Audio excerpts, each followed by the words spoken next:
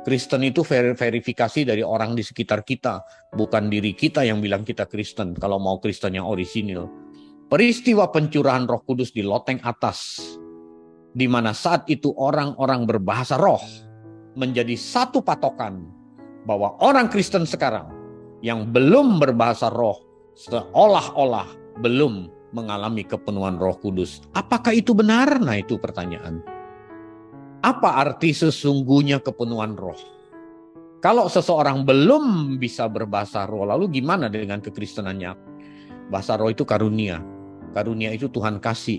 Tuhan pandang si A perlu, Tuhan kasih. Tuhan pandang si A tidak perlu, Tuhan nggak kasih.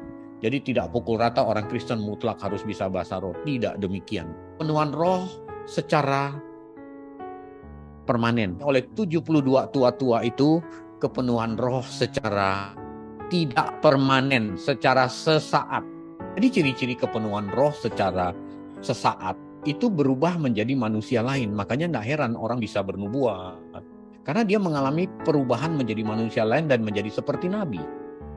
Kepenuhan Roh Kudus itu bisa terjadi secara sesaat, bisa terjadi secara permanen. Kepenuhan Roh Kudus secara permanen tidak akan kelihatan ciri-cirinya secara kasat mata. Itu saudara, seharusnya orang Kristen harusnya kita lebih mengejar kepenuhan Roh Kudus yang terjadi secara permanen ketimbang kepenuhan Roh Kudus yang terjadi secara sesaat, sekedar mengejar bahasa roh.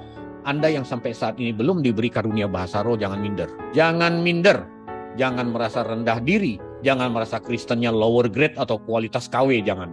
Sebab di zaman perjanjian baru ini, Tuhan membuka peluang sama bagi setiap orang percaya untuk mengalami kepenuhan Roh Kudus secara permanen. Ini yang harus kita kejar, Bapak Ibu.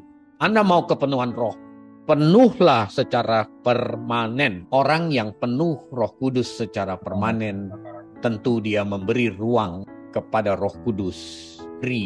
Dirinya dipimpin sepanjang hari oleh Roh Kudus. Sepanjang minggu, sepanjang bulan, sepanjang tahun, bahkan sepanjang detik hidupnya. Dia memberi dirinya dipimpin oleh Roh Kudus.